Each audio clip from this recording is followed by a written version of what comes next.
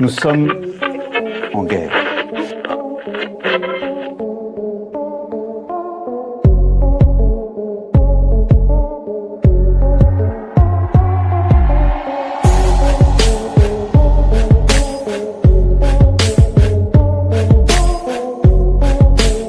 Si vous écoutez ce message, vous êtes la résistance. Allez, le résistant de ce jour, c'est Claude Janvier, que nous sommes contents de retrouver sur cette chaîne. Claude, mon ami, aujourd'hui, tu nous as prévu pour ce retour sur Divergence politique beaucoup de thèmes d'actualité que tu as listés. L'actualité est en danse. Tu as voulu nous parler en premier de la France. Alors, Oui, voilà. bah oui, honneur oblige, si tu veux, en tant que Français, on va parler déjà de la France. Donc déjà, bonjour Alexis et amis internautes, bien le bonjour. Heureux de vous retrouver aussi après, malheureusement, les 2 épisodes que j'ai manqués, mais c'était malgré moi, puisque, enfin, je vais pas revenir sur tout cela, mais en ce moment, c'est pas facile. Bon, ceci étant, je suis très heureux de vous retrouver. Eh bien, on va parler effectivement de la France et de Paris. Le Et de classement Paris. de Paris, n'est-ce pas, Alexis? La ville lumière, Oui. qui est quand même la 5e ville la plus sale au monde. Ah, Voilà, je t'ai trouvé des petites vidéos pour tout, hein, donc ouais, je vois ça défile, ouais. Alors, ce qui est intéressant, tu vois, Alexis, c'est que ça a été classé quand même. Ça n'a pas été classé comme ça, par hasard. Ça a été classé par une entreprise qui s'appelle Radical Storage, qui est une entreprise mondiale, hein, qui en fait trouve des solutions pour tous les voyageurs. Quand on a des valises aujourd'hui, on peut plus les mettre dans des consignes, puisqu'évidemment tout le monde a supprimé des consignes. Alors que c'était bien pratique quand même. Mais du coup, Radical Storage trouve des solutions pour qu'on ne se trimballe pas nos valises quand on visite une ville. Donc, ils ont demandé à Google et ils ont analysé 70 000 quand même commentaires de touristes visitant le monde entier. C'est quand même pas mal. 70 000. Une analyse sur 70 000 commentaires, c'est pas 1000, c'est pas 1000 ou 2000, c'est 70 000 quand même. Bon. Et là, la ville lumière, Paris, a été classée 5e ville la plus sale au monde. Ah, alors là, Dame Hidalgo ne peut pas accuser, je sais pas moi, les goélands venus de Normandie, fondre sur les sacs poubelles et les déchiqueter pour en tirer tout un tas de choses, ni les vautours, des vautours échappés d'un zoo voisin, je ne sais pas, en train de lacérer tous les containers pour voir ce qu'il y avait dedans. Non, ça, elle peut pas les accuser. Elle peut pas accuser les bestioles. À part les rats, on peut les accuser aussi, mais les rats, ils sont bien dodus à Paris. J'en ai vu quelques-uns d'étalés. C'est vrai, sérieux, hein. Un jour, je me baladais en plein jour. Hein. J'ai vu, pardon, j'en ai vu un passer. C'était pas le petit mulot de campagne, hein. C'était le rat bien grassouillet, bien dodu, n'est-ce pas? Pas méchant au demeurant, mais vit bien, quoi. Donc, Donc voilà.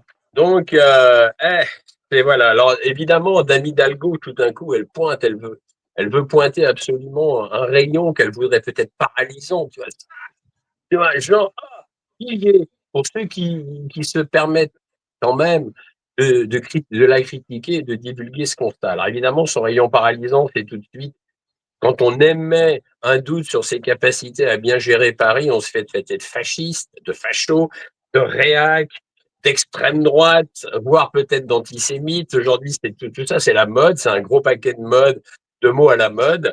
Et donc voilà, mais venant de la part quand même de cette ambiance, de cette caste, je dirais, gaucho-bobo, et avec des antifas, les antifas d'ailleurs qui sont quand même, Alexis, je vais le souligner un peu, sont quand même les idiots utiles du gouvernement quand même, hein, faut le savoir, hein. Eh ben, ma foi, ou c'en est les presque idiots flatteur. utiles tout court. Finalement, c'en est presque flatteur de se faire traiter de tous ces mots, enfin, tu vois, quoi. Alors, écoute, un dernier mot sur Paris, puis après, on va tourner la page, on va aller ailleurs. Bon, on va pas traiter un autre sujet, je veux dire, mais quant à l'histoire de la Seine, tu sais, pour s'y baigner, parce que Dame Hidalgo poussait beaucoup pour que la Seine soit propre, pour qu'on puisse faire un plongeon dans la Seine et ça a été fait pour les JO de Paris. Ça a coûté quand même la bagatelle de 4 milliards d'euros pour soi-disant la rendre propre, la baignade. Moi, je vais dire la scène, honnêtement, quand je vais à Paris, je la regarde, je n'irai pas dedans, hein. Même pas le petit doigt. Mais bon, c'est chacun son truc, si tu veux. Toujours est-il qu'au mois d'août dernier, ce qui n'est pas si vieux que ça, eh bien, sur les 31 jours de baignade, il n'y en a eu que 18 autorisés, que le taux de la fameuse bactérie qui s'appelle Escherichia coli, qui est une bactérie qui se loge, qui fait partie un peu de notre microbiote, mais qui, quand même, comme elle se loge dans l'estomac et les parties digestives, quand elle augmente de proportion, c'est-à-dire que son nombre augmente, là, en revanche, ça peut être très dangereux pour l'organisme, c'est-à-dire ça débouche sur des gastro-entérites, ça peut même déboucher sur un cancer colorectal. Non, c'est sympa. Et en fait, quand ils ont supprimé la baignade des 13 jours au mois d'août, c'est parce que le taux de cette bactérie qui se baladait, en fait, avait atteint jusqu'à 38 fois la limite maximale autorisée pour la baignade. Ben, tout va bien. Tout Tu vois va bien, bien. alors, deuxième sujet que tu as souhaité aborder, c'est là on vous met justement le site de Doctolib ou je sais plus comment ça s'appelle le site en France, Doctolib, Doctolib. pardon. Ah, c'est Doctolib. Ouais, ouais, c'est Doctolib. Voilà, exactement. Donc comme ça, on peut pas dire qu'on a pris Mm. des informations sur des médias complotistes. L'intelligence artificielle, Doctolib lance donc un assistant de consultation. Tu voulais nous en parler. Tout va être robotisé, on pourrait dire, ou Ouais. Bah oui, tout va être robotisé de plus en plus. Bah, c'est déjà le cas déjà pour des consultations médicales, c'est-à-dire que maintenant beaucoup de consultations médicales en France, c'est autant les pharmaciens que les médecins, ils poussent pour qu'il y ait des téléconsultations.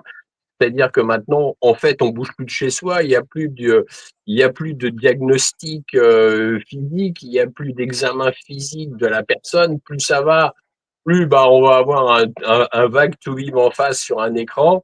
On va lui dire, ah, écoutez, mon cher docteur, j'ai mal à la tête. Oh, bah, bougez pas, cher monsieur, clic, clic, clic, clic. Voici une ordonnance, quelques Doliprane plus loin, et puis vous verrez, tout va bien. Voilà, ça, c'est la médecine malheureusement généraliste de demain, enfin déjà d'aujourd'hui d'ailleurs, et qui va se généraliser de plus en plus demain, mais ça devient catastrophique hein, quand même. Alors Doctolib, lui, eh bien, c'est quand même une French Tech, allez, une tech française qui a franchi la barre quand même des 300 millions d'euros de revenus quand même, hein. Alors, c'est une licorne, ça a été baptisé en 2000, il n'y a pas longtemps, je crois, ça a été baptisé la licorne de la French Tech. C'est quoi une licorne en termes économiques? Parce que j'en savais strictement rien, il a fallu que j'aille clarifier. Je dis qu'est-ce que c'était? Moi, je voyais la bestiole avec son rostre, là, non, bah, pas du tout. C'est en fait une start-up valorisée à plus d'1 milliard de dollars. Ah oui, quand même, non cotée en bourse, attention, c'est important, et non filiale d'un grand groupe. Donc déjà, Doctolib, c'est du lourd. Alors, en 2019, Doctolib avait été déjà épinglé pour des histoires de données personnelles de la santé parce que c'était hébergé par des entreprises certifiées, de, apparemment, bon, voilà, mais c'était aussi engrangé, c'est-à-dire les données personnelles de santé étaient aussi engrangées chez Amazon Web Services. Et là, au niveau de, au niveau de la sécurité des informations, ah, franchement, ça laisse rêveur, tu vois. Donc maintenant, son PDG, qui décidément a le vent en poupe, il lance une intelligence artificielle. Voilà. Ça veut dire que ça va être un assistant médical qui va être basé sur l'intelligence artificielle pour le diagnostiquer et établir bah, tout un tas de remèdes, soi-disant, pour améliorer la santé de nos patients. Alors, des patients. et notamment lutter contre les fake news. Alors, notamment lutter contre les fake news, et en même temps, son grand slogan, c'est d'avoir une IA éthique. Hmm. Là, tu te dis, moi j'ai réfléchi un peu, je dis une IA éthique, ça veut dire quoi une intelligence artificielle éthique? C'est l'intelligence artificielle est élaborée par des humains. Et derrière, il y a des humains quand même qui sont en train de travailler à l'élaboration de cette intelligence artificielle. Donc, si on tombe sur des humains qui ne sont pas éthiques, on ne voit pas comment cette intelligence artificielle va être éthique. Ça veut dire que tout d'un coup, cette petite ou grande intelligence artificielle va être douée de raison. Mais elle va pas être douée de raison sans qu'il y ait quelqu'un qui ait mis suffisamment d'informations pour qu'elle puisse raisonner. Donc tout le problème de l'éthique, voilà, il mérite d'être posé. C'est-à-dire que vu le niveau d'éthique aujourd'hui quand même planétaire, qui est quand même un peu généralement et même beaucoup au ras des pâquerettes, surtout dans le domaine médical et surtout dans le domaine de Big Pharma, on est effectivement en droit de se poser les questions, de se poser légitimement des questions. Je sais pas ce que tu en penses, Alexis, mais Ah, mais avant de passer au troisième sujet, je te donne mon point de vue. Je suis tout à fait choqué que en France, tout ce qui permet aux Français de pouvoir avoir accès à leur rendez-vous médical avec ou à la correspondance avec leur docteur soit structuré ou géré par une société privée. C'est extraordinaire. c'est extraordinaire, hein. Euh, ah ouais, c'est extraordinaire. Alors quand même, ceci étant, eh ben, on va tourner la page de notre Doctolib. Et puis, on va arriver justement à la taxe foncière. C'est un autre sujet que tu voulais aborder concernant la France. Justement, la taxe foncière qui a augmenté de près de 40% en 10 ans. Alors, tu voulais nous en dire un petit mot? Oui, alors c'est pas fini, hein, cette histoire d'augmentation de taxes foncières, de toute façon, c'est pas fini. En 2026, ça va être prévu encore une augmentation. Ce qui est intéressant, alors ça, ce que je vais citer quand même la source, j'ai trouvé cette enquête fort bien documentée, euh, écrite dans The Epoch Time, donc le média The Epoch Time, par un journaliste qui s'appelle Valentin Solier. Il faut toujours rendre grâce à ceux qui font des enquêtes. Et j'avoue que cet article m'a interpellé parce que Bercy s'est mis dans la tête de justifier, de revaloriser un peu cette taxe foncière qui est sans arrêt en augmentation. En réalité, c'est intéressant parce qu'il se base sur le fait que tous les appartements et toutes les maisons maintenant en France sont équipés de moyens modernes, ce qui n'est pas entièrement faux, mais ce qui n'est pas tout à fait vrai, parce qu'il y a quand même malheureusement encore des logements en France qui n'ont pas les toilettes intégrées au logement, qui ont les toilettes sur le palier quand c'est des immeubles, etc., etc. Donc, mais là, Bercy n'en a cure. Ils se sont dit que de toute façon, ils considéraient que tous les, tous les logements, en fait, étaient équipés. Alors, ce qui est intéressant, c'est que ils sont en train de remettre, Bercy donc est en train de remettre à jour toutes ces informations et va régulariser donc la taxe foncière qui devrait quand même permettre d'accroître de la bagatelle de 466 millions d'euros supplémentaires dans les poches de Bercy et dans les poches aussi des régions et des mairies, donc des différentes communes de France. Mais ce qui est intéressant, c'est leur méthode de calcul. Et là, je suis tombé des nues. Franchement, j'étais assis parce que franchement, c'était quand même très intéressant. C'est-à-dire que ils t'enquiquinent pas à Bercy. Si vous avez l'eau courante, et quand même, bah, aujourd'hui, l'eau courante, c'est quand même un peu normal, non, quand même, ça va compter pour 4 mètres carrés supplémentaires. Si tu as l'électricité, ça compte pour 2 mètres carrés supplémentaires. Si tu as une baignoire, ça compte pour 5 mètres carrés supplémentaires. Si tu as une douche, ça va compter pour 4 mètres carrés supplémentaires. Un lavabo pour 3 mètres carrés. Un chauffage ou un climatiseur pour 2 mètres carrés. Par pièce, alors, et tout ça par pièce équipée pour le chauffage et le climatiseur. Donc, en fait, ça a été détaillé par un média qui s'appelle Ça m'intéresse. Et les WC, les fameux WC, ajoutent 3 mètres carrés à la surface imposable. Ce qui fait qu'en fait, en réalité, mon cher Alexis, imagine, tu es propriétaire d'un appartement de 50 mètres carrés à Paris.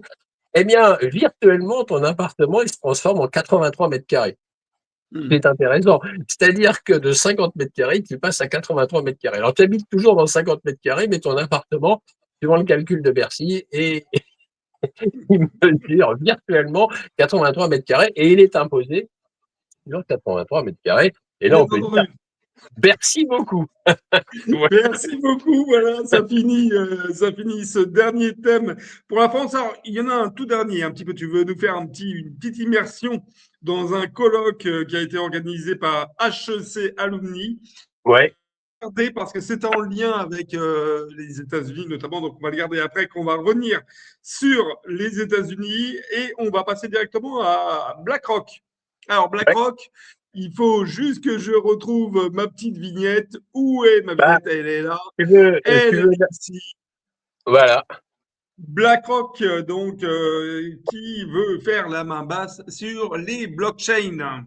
Voilà, c'est ça. Alors, effectivement, avant de parler de BlackRock qui veut faire main basse sur les blockchains, je vais dire un petit mot quand même sur cette assise, quatrième assise de la géopolitique Où va l'Amérique? Donc, c'était organisé par HEC Alumni et l'IHEDN, c'est-à-dire l'Institut des hautes études de défense nationale. Alors, pour nos amis internautes qui ne sauraient peut-être pas ce que ça veut dire alumni, parce que c'est pas évident. Bon, HEC, je pense que tout le monde sait, Étudiant, hein. quoi. Voilà, c'est ça, c'est les hautes études commerciales HEC. Alumni, c'est en fait un mot qui exprime les anciens élèves, donc ou diplômés d'un établissement éducatif. Donc là, ça a été vraiment organisé par HEC Alumni. Donc cette association qui quand même a 80 000 membres, hein, quand même, 130 nationalités représentées et 1200 bénévoles, etc., etc. Bon, donc je suis invité à ce colloque dans l'enceinte de l'école militaire de Paris. D'ailleurs, ça me faisait un peu sourire. Je dis, tiens, je pénètre pour la première fois dans le sein des saints, tu vois, l'enceinte de l'école militaire de Paris, parce que tu rentres pas comme ça. Je me suis dit, moi qui ai toujours été pas tellement militaire, militariste, ça me faisait un petit peu sourire. Bon, ben ça, c'était la boutade entre deux, vite fait. Et donc voilà, je me trouve projeté donc dans un amphithéâtre très sympa, Où va l'Amérique, avec pêle-mêle tout un tas d'intervenants. Alors, déjà, j'ai fait quelques recherches après parce que ce colloque était d'une nullité abyssale, mais je vais y revenir. Mais en réalité, je regarde donc tout le site internet effectivement de l'Institut des hautes études de la défense nationale. Donc c'est un établissement public à dimension interministérielle, hein, placé sous la tutelle du Premier ministre en France. Quand même. Alors il y a quelques membres de droit, je regarde toujours sur le site internet, et je trouve évidemment l'inénarrable général 5 étoiles, enfin propulsé général 5 étoiles Fabien Mandon, celui qui veut absolument accepter et pousser que nos enfants partent à la guerre et se fassent tuer. Les siens, je pense pas, mais les enfants des autres, oui, c'est toujours bien. Donc nous avons ce général 5 étoiles qui est un va-t-en-guerre de première qualité. Et puis après, je regarde un peu quels sont les membres du conseil scientifique de ce fameux institut. Alors je regarde la liste des noms. Et là, je tombe, super, je tombe sur Christine Ockrent. Alors, Christine Ockrent, on se souvient, hein, la reine, baptisée la reine Christine, la grande journaliste, hein, grande entre guillemets.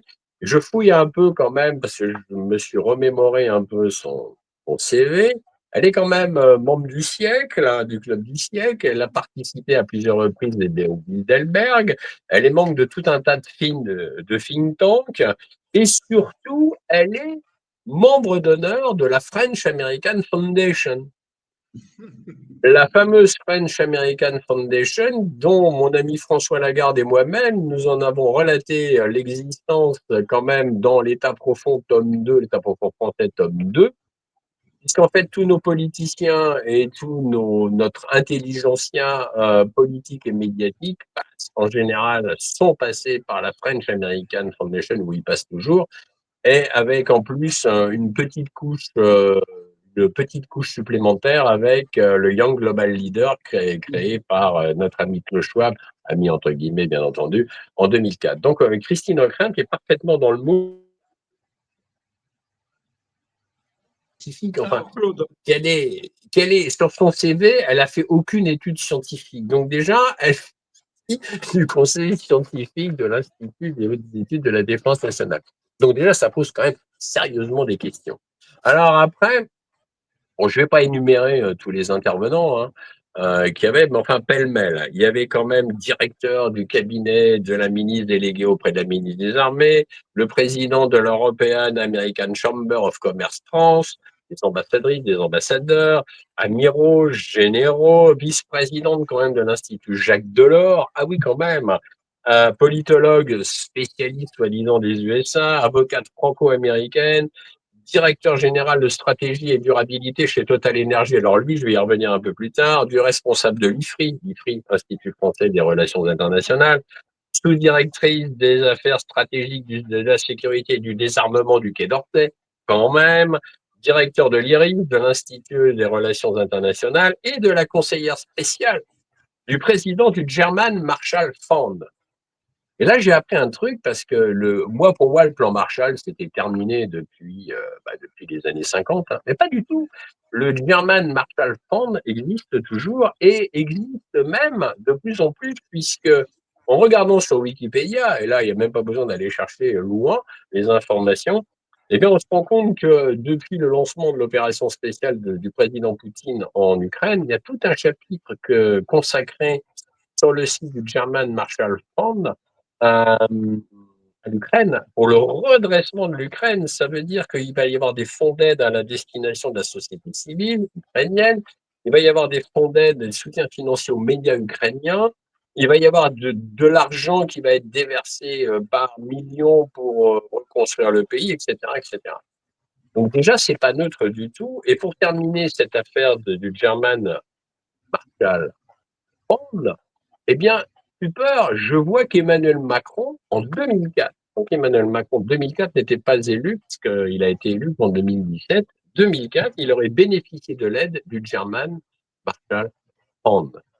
Et ça corrobore ce que mon ami François Lagarde et moi avons écrit dans l'État profond français numéro 2, puisque, effectivement, il était parti aussi en 2007 aux États-Unis pour faire la tournée des popotes et trouver des soutiens financiers. Mais en 2004, il avait déjà des soutiens financiers et des soutiens de réseau par le German Marshall Fund. Comme quoi, Emmanuel Macron n'a pas été parachuté au hasard en France. C'est vraiment un projet qui a bien mûri de longue date. Alors, colloque d'une nullité abyssale parce qu'à aucun moment, et ça s'appelait géostratégie, et là j'ai halluciné quand même pour employer un mot à la mode, géopolitique, je me suis dit, mais à aucun moment, il n'y a aucun intervenant qui a posé les bonnes questions. C'est-à-dire tous, c'était la menace russe, la menace chinoise, la menace russe, la menace chinoise, ou la menace chinoise, la menace russe, enfin c'était en alternance, ah, avec des remarques tout à fait totalement abstraites et totalement hors sol. C'est-à-dire qu'à un moment donné, justement, ce fameux cadre de Total Energy se félicitait que Total Energy ait arrêté quasiment le commerce avec la Russie pour ce qui concerne le pétrole et le gaz, mais il se félicitait que, évidemment, d'avoir conclu des accords économiques avec les USA, sans évidemment dire que l'achat du gaz aux États-Unis, c'est un achat de gaz provenant de l'extraction de schiste, donc fracturation hydraulique, produits chimiques, enfin une catastrophe écologique, et ça, il n'y a pas que moi qui le dis, je veux dire, c'est démontré dans de nombreux rapports, que ensuite ce satané gaz est liquéfié dans des gigantesques bonbonnes et vogue sur des super tankers qui voguent au fioul lourd et qui rejettent du dioxyde de soufre en but dans l'atmosphère pour venir alimenter l'Europe maintenant en gaz. C'est un non-sens écologique. Enfin, déjà, c'est un non-sens écologique. On le paye plus cher que le pétrole et le gaz russe, mais tout va bien. Il faut commercer avec les États-Unis qui sont, dixit les intervenants de ce colloque, les maîtres du monde et les shérifs du monde entier. Ça les Eh émeut ben, beaucoup maintenant. justement, Claude, tu nous fais une transition toute trouvée. Les USA. Alors, ouais, justement, la transition, c'est avec le fameux document qui est sorti cette semaine. Alors, je vais afficher notre petite vidéo à l'écran. Alors, dans plus celle-ci, du coup, on reviendra naturellement sur BlackRock. Les USA, Maison Blanche, qui vient de publier donc sa National Security Strategy pour 2025. Et justement, on parle de l'Europe. On parle bien des contrats, notamment avec l'Europe, sur tout ce qui est énergétique. Claude Janvier. Alors oui, ce fameux document donc qui quand même fait 29 pages de document, donc 3 pages consacrées à l'Europe. Déjà, petit détail qui tue, la France n'apparaît jamais. Déjà, dans le document, on n'apparaît pas. Ah, c'est vrai que ça, tout d'un coup, ça calme. On pèse lourd. On pèse très lourd. Donc, en fait, il s'agit de toute évidence, d'après ce document, d'exporter donc la doctrine MAGA en Europe. Il ne s'agirait pas de la part des USA d'une démarche donc isolationniste, mais au contraire d'une offensive idéologique pour transformer l'Europe et ce faisant renforcer l'alliance avec les États-Unis MAGA. De toute façon, les États-Unis, avec ou sans Donald Trump, vont continuer à payer l'Europe. De toute façon, c'est ça qu'il faut comprendre. c'est que les États-Unis pillent l'Europe depuis 1917 et dont la France, bien évidemment, et ils vont pas s'arrêter demain.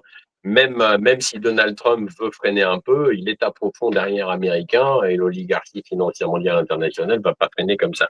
Alors, ce qui est intéressant, c'est que bon, on a des vrais problèmes, c'est listé dans leur rapport, c'est que ils pointent du doigt ce rapport que les agissements de l'Union européenne et d'autres organismes transnationaux sapent la liberté politique et la souveraineté. Bon, ça, c'est pas mal. Les politiques migratoires qui transforment le continent, ça crée des tensions. Ça, c'est intéressant aussi. C'est écrit dans ce rapport. La censure de la liberté d'expression et la répression de l'opposition politique. Ça, c'est quand même intéressant que ça soit noté. Un effondrement des taux de natalité, ça, malheureusement, on l'avait constaté, et la perte de l'identité nationale et de confiance en soi. Donc ça, voilà, c'est un peu les grandes lignes de ce rapport. Donc, c'est toujours plus loin dans ce rapport, nous voulons que l'Europe reste européenne, qu'elle retrouve sa confiance civilisationnelle. Alors ça, c'est un peu hypocrite parce que on se fait quand même laminer par les anglo-saxons depuis très longtemps, mais il faut continuer à retrouver sa confiance civilisationnelle. Ça me fait quand même un peu doucement rigoler. C'est une hypocrisie quand même sans nom. Et il faudrait que l'Europe abandonne son obsession mortifère par l'étouffement réglementaire. Bon, ça, c'est vrai. Le fait est que plus on a des règlements en Europe et en France, et plus on est en train de s'étouffer avec, malheureusement. Donc, ce rapport note que les relations russo-européennes sont aujourd'hui profondément dégradées. Ça, effectivement. Beaucoup d'Européens considèrent la Russie comme une menace existentielle. Alors ça, par contre, c'est l'effet de la propagande. Et effectivement, bah déjà, il n'y a pas besoin d'être un grand clerc pour s'apercevoir qu'il y a une majorité de Français qui, malheureusement, sont un peu hors sol et écoutent un peu trop cette propagande médiatique, comme quoi, effectivement, le grand ennemi, ben, c'est les vilains russes. Alors quand même, ce rapport écrit aussi qu'il est écrit dans ce rapport plutôt qu'une large majorité d'Européens veut la paix, mais ce désir ne se traduit pas chez les politiques. Alors ça, c'est totalement vrai, en grande partie, et c'est noté aussi que parce que ces gouvernements sabotent donc les processus démocratiques. Voilà, ça c'est stratégiquement important pour les États-Unis. Parce que bah, les États européens, et c'est marqué, ne pourront pas se réformer s'ils restent prisonniers de crises politiques permanentes.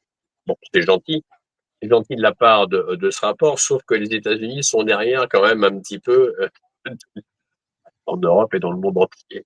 Donc voilà, c'est quand même un rapport, c'est quand même assez hypocrite. Je sais pas ce que tu en penses, Alexis, mais c'est quand même d'une hypocrisie sans nom quand même. Hein. Oui, alors moi, je trouvais que c'était très intéressant dans le sens où ce rapport, en fait, met directement l'Union européenne sous le feu des critiques. Donc, pour le coup, j'ai trouvé que c'était assez intéressant que de manière aussi frontale et sans aucune diplomatie, finalement, Donald Trump s'attaque à Ursula von der Leyen et à l'ensemble des gouvernants européens. Alors, Emmanuel Macron, Starmer, pas Starmer au sein de l'Union européenne, mais Starmer au sein de la coalition, de la Willing Coalition qui avait été créée concernant l'Ukraine il y a quelques temps. Aussi vis-à-vis de l'Allemagne, qu'il ménage quand même Donald Trump dans ce rapport. Et puis enfin, moi j'ai trouvé ça amusant que ça sorte au moment où justement il y a du côté américain un mouvement qui se met en place pour critiquer avec virulence les actions européennes, notamment sur Elon Musk et certaines entreprises, grandes entreprises américaines. Donc voilà, je trouvais que le Absolument, timing était assez sympa. Voilà. absolument. Ouais, c'est ça. C'est ça, c'est ça. Exactement. Alors, on va revenir, nous, sur notre fameux BlackRock que je rajoute à l'écran. Allez, on y revient, on va en parler. BlackRock, finalement, qui s'attaque et qui veut faire main basse sur ce qu'on appelle les blockchains. Absolument, voilà, ça a été dénoncé dans un article très documenté et très fouillé de Philippe Béchade, hein, économiste, que il faut toujours un peu que je lui renvoie. Je le salue ici parce que j'ai trouvé son article très pertinent et très intéressant. Alors, ce qu'il faut comprendre, c'est que là où beaucoup de gens me disent: «Oui, les crypto-monnaies, de toute façon, l'euro numérique, les monnaies numériques, tout ça, c'est du flan, ça n'arrivera pas en 2050». Quelque chose que j'ai entendu d'ailleurs dans ces assises géopolitiques de où va l'Amérique. Eh ben, rien n'est plus faux puisque BlackRock est en train effectivement de mettre la main sur ce qu'on appelle les blockchains. Alors les blockchains, pour ceux qui sont pas très au courant de comment ça fonctionne, on parle beaucoup du Bitcoin et du minage de gens derrière des ordinateurs, donc de ces fameuses blockchains. C'est une technologie de stockage. Pour comprendre ce que c'est que le blockchain, c'est une technologie de stockage et de transmission d'infos transparent. C'est totalement transparent, c'est sécurisé et ça fonctionne sans organe de contrôle. C'est ça qui est très intéressant. C'est pour ça que ça échappe, bien évidemment aux banques centrales et les banques centrales n'aiment pas. Mais en revanche, BlackRock non plus n'aime pas et ils sont en train d'essayer, ils essayent même pas, ils le font d'ailleurs, de prendre le contrôle des blockchains. Alors, ce qui est intéressant, c'est comment on peut prendre le contrôle d'une blockchain parce que c'est pas si évident que ça. Et en fait, on peut prendre le contrôle d'une blockchain grâce au token, à la tokenisation. Alors, c'est quoi le token? Parce que là, il faut clarifier aussi. En fait, le token est un élément numérique. C'est vrai que c'est difficile d'expliquer ce sujet un peu compliqué, de l'expliquer simplement. Je vais essayer, hein. Je suis désolé, amis internautes, mais c'est un peu complexe.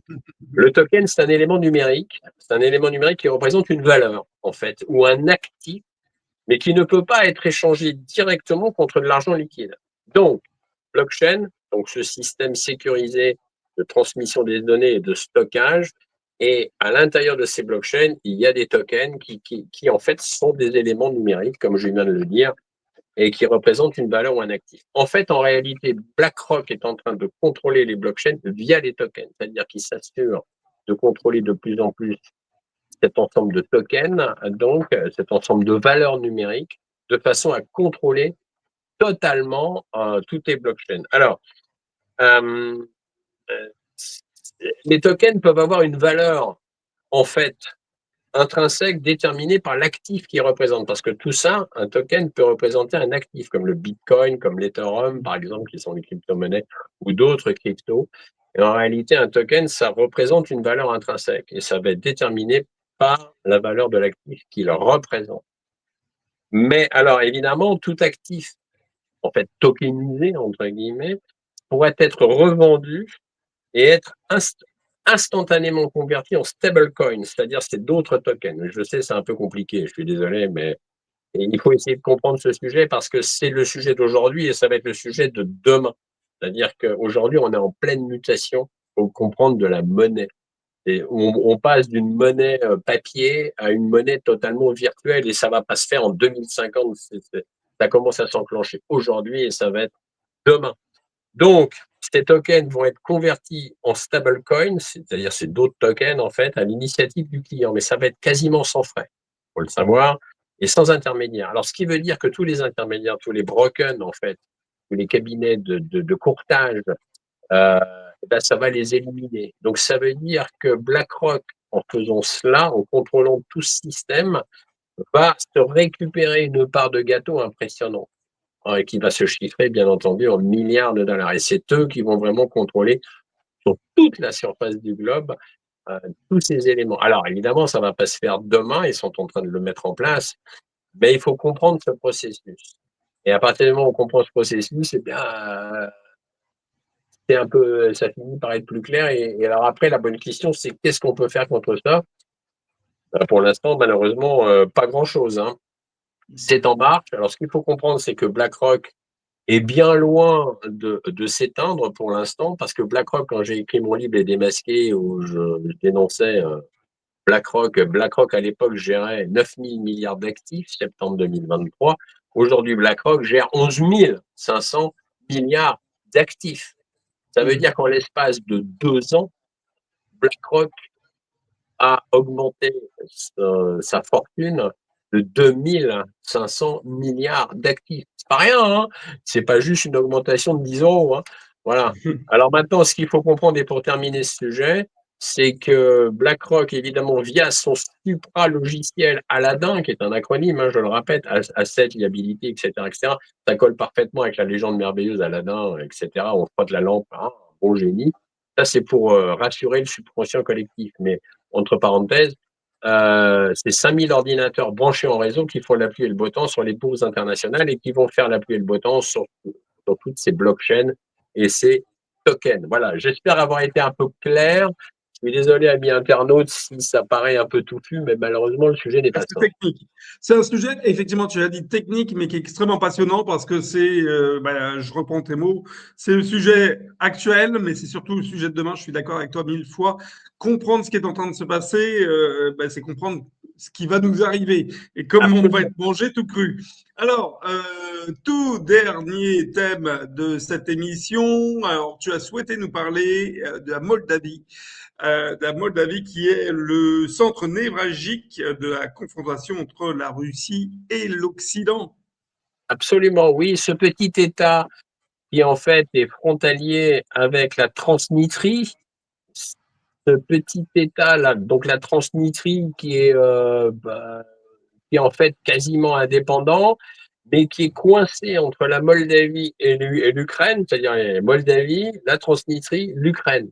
Transnistrie, il y a à peu près 1500 soldats russes stationnés en Transnistrie avec un stock de bombes impressionnant. Le problème de la Moldavie, qui jusqu'à présent, avant l'arrivée de Maya Sandu, qui est à la tête de ce pays, et avant le sapage évidemment de l'OTAN et des USA derrière, était un pays qui dépendait énergétiquement beaucoup de la Russie au niveau de son approvisionnement en pétrole et en gaz et en énergie. Donc, et aujourd'hui, comme ce pays est sapé par l'Union européenne et par l'OTAN, ce pays est en train de basculer, merci Maya Sandu et merci l'OTAN et les USA, est en train de basculer donc anti-russe et pro-Occident. Le problème, c'est que l'OTAN, évidemment, pousse beaucoup pour installer des bases là-bas, pour faire en sorte que ce pays continue à déstabiliser, à essayer pour le moins de déstabiliser la Fédération de Russie. Le but étant toujours le même. Ça veut dire qu'en Ukraine, l'OTAN et les USA sont en train d'échouer, à un prix malheureusement, à quel prix, hein? On voit que cette guerre insensée, malheureusement, il y a un peu plus d'1,2 million victimes quand même, hein, tout confondu, ce qui n'est quand même pas rien. Et la Moldavie, il faut vraiment surveiller ce petit État parce que ce petit État est une zone tampon avec cette Transnistrie qui est bien isolée entre les deux et qui est donc voilà. Et ça, il faut pas le perdre de vue parce que si le problème de cette guerre russo-otanienne via l'Ukraine se règle, et c'est mon souhait le plus fort bien entendu, faut pas négliger qu'en Moldavie, l'OTAN et les USA vont continuer à appuyer pour essayer de fragiliser encore et toujours la Fédération de Russie. C'est-à-dire c'est bien loin. La guerre en fait entre le monde unipolaire, le bloc occidental en gros et le Commonwealth, les anciens pays du Commonwealth et le monde multipolaire n'est pas encore terminée, loin s'en faut. Eh oui, la guerre n'est pas finie. Et après, tu as raison de dire, je pense qu'on arrivera dans une période de transition qui sera une nouvelle période de guerre froide. Alors, je ne sais pas si elle sera froide ou tempérée ou chaude, mais en tout cas, elle ne sera pas finie. Claude, 1000 fois merci pour ce bulletin, cette revue de presse des dernières semaines passées. Beaucoup d'informations. On se retrouve donc la semaine prochaine sur Divergence politique pour un 7e épisode de 100% janvier. Très bonne Merci semaine à toi. Alexis. Merci Alexis, amis internautes, merci beaucoup et à la semaine prochaine.